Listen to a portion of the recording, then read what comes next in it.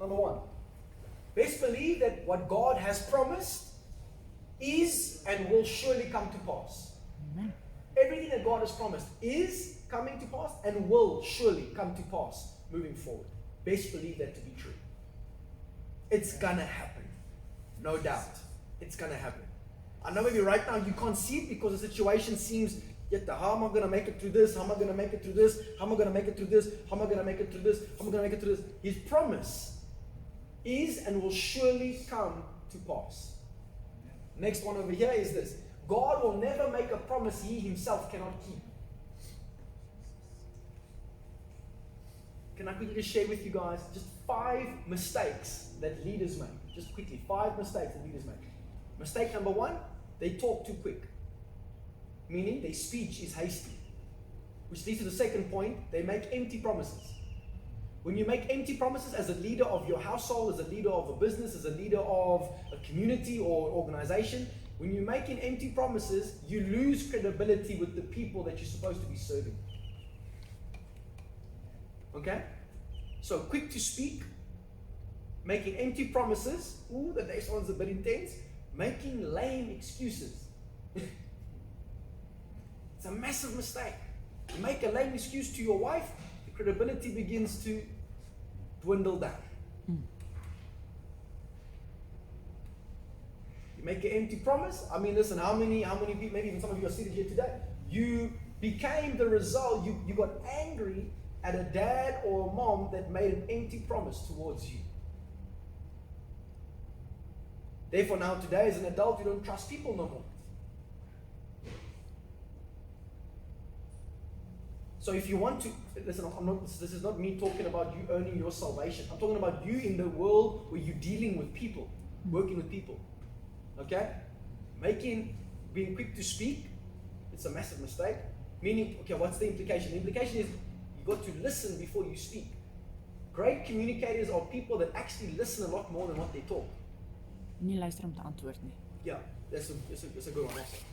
Not listening to answer, but listening to actually listen of what's being said. Understand. Can I tell you why certain businesses are great? Certain businesses are great because they understand the client better and the customer better than any other business in their arena. They know them better. And whoever knows the client and customer best will win. Because the business is customer centric, meaning it's focused on the customer. And that is God's priority. And God will make sure that you win. Because whoever wants to become great must become a servant. Whoever wants to be first must be slave to all. Alright? Okay, cool. So quick to speak, lame excuses. And listen, by the way, I know in my own life I've made some pretty lame excuses, and then I ended up losing respect even for myself. It's like, nah, bro, you can't be, you can't, nah, Buddha, I remember growing up, some lame excuses I used to make. It's like, nah, that can't be. I mean, you want to inspire people, right? Lame excuses ain't going to get you there. I know it's tough, I know it's hard, but making excuses is not going to really assist. And in like where we are now today, by God's grace, I can't express to you how many, because we work with a lot of people, how many lame excuses I get during the week. And you're thinking, does this person realize what just a little bit of commitment can do for their life? Not for my life, for their life. A small bit of commitment. Because some people think like, listen, you need to make these massive changes in your, no. It's a small little bit of commitment. There's in Dr. John C. Maxwell's book, The 21 Irrefutable Laws of Leadership, one of the laws is the law of sacrifice, meaning that in order for you to go up, you must give up. Jesus says it best. He says whoever wants to save their life will lose it. Whoever loses their life for his sake will find it. Interesting. Okay? Lame excuses, empty promises. This one will be a quick to get angry.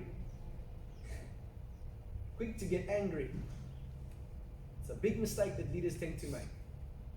I know the thing's busy ticking you off, but don't show it on your face. Say, God, now, please help me and assist me in this moving forward. Because God has given us something called a sound mind. So you can operate from that place. And now, because what happens is when you get angry too quickly as a leader, the issue is simply this. The issue is you will now address the person and not the problem. And when you address the person, it becomes what? It's personal now. You are attacking someone else's character and not addressing the piece of poo in the middle of the yard. All right? And then lastly, thank you, Lord Jesus. Help us to remember the last one. Yeah, that's the one. It ties in with the first one, which is being slow to listen. Meaning you're already, like wife was saying, you're too quick to want to answer instead of listening to what the person is actually busy saying. And if you begin to listen to what people are actually saying, I think, honestly, for me at least, I believe that one of the greatest ways to love another human being is to sit and listen to them. Just listen. Because why? You are